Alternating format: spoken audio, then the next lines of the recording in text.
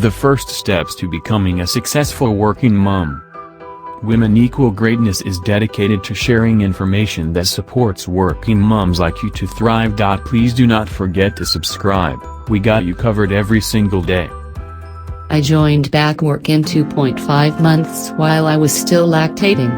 Left my 5-month-old with his father and the nanny for a 7-day work trip out of the country. There was no way on earth I could avoid the demands of a professional life because of a number of reasons. This was not a choice I made but had to live with it. I would shed tears, I would miss out on the small little things that a growing kid would go through in the entire day. Suddenly, the life that had grown inside me did not seem to be mine anymore. There were times when I had to leave my sick child at home to attend an important meeting at work. The ironies of a working mother. I do not have words to explain the guilt that was slowly building inside me, and it would grow a million times when I would see my colleagues and close friends leave their flourishing career for their children. I have seen them literally dedicating their lives to their child. Oh, what a bad mother I was. I am a working mother.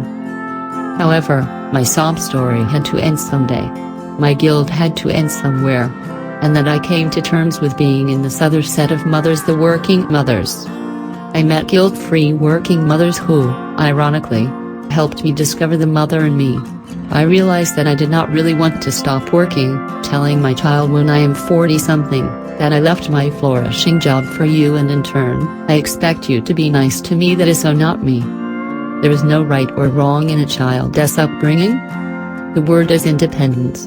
When I go out in the morning to work, there are times when my child would randomly say, "Mama, don't you go today?" My heart breaks 1,000 times even today when he says that. One fine night, instead of a bedtime story to him, I gave him a lesson. I mentioned to him that everybody has to work as a kid. His job is to go to school, and as grown-ups, my job is to go out and work. Apart from being a mother, a wife, a daughter and so on, you and I are, at the end of the day, an individual. I have learned that it is of utmost importance to maintain that individuality and to nurture it despite the various roles we have to play. It is equally imperative to instill that sense of individuality in a child because individuality fosters independence. What I have earned is the promise that when he grows up, my child would not be pressured to care for me because I sacrificed my career for him, but only for the love he would feel for me. I am, in no way, saying that parents who dote over their children do not have independent lives. However, what you see is what you learn. Today, I hang out with my friends, I go out for romantic dinners leaving my child at home. But I am guilt-free. I know that I need to have these experiences to be happy, to come back refreshed and care for my child even better. I know that when he sees me living and enjoying my life and being happy about it, he is learning to appreciate his own individuality. I am a 1-minute mom. I come back home in the evening and I am, religiously, welcomed by a warm hug. We share our moment by hugging and kissing each other and would chat for hours asking about how our day went. We would randomly say "I love you" so often. We spent hours talking about his toys and how he feels about getting some more. He would ask me if my boss gave me too much work today and that he hates him because he makes mama work so much. All this does not take much time. I feel sheer happiness in talking to him about anything under the sun, and he does the same. I feel blessed to hug him randomly and hearing how much he loves me twice a day.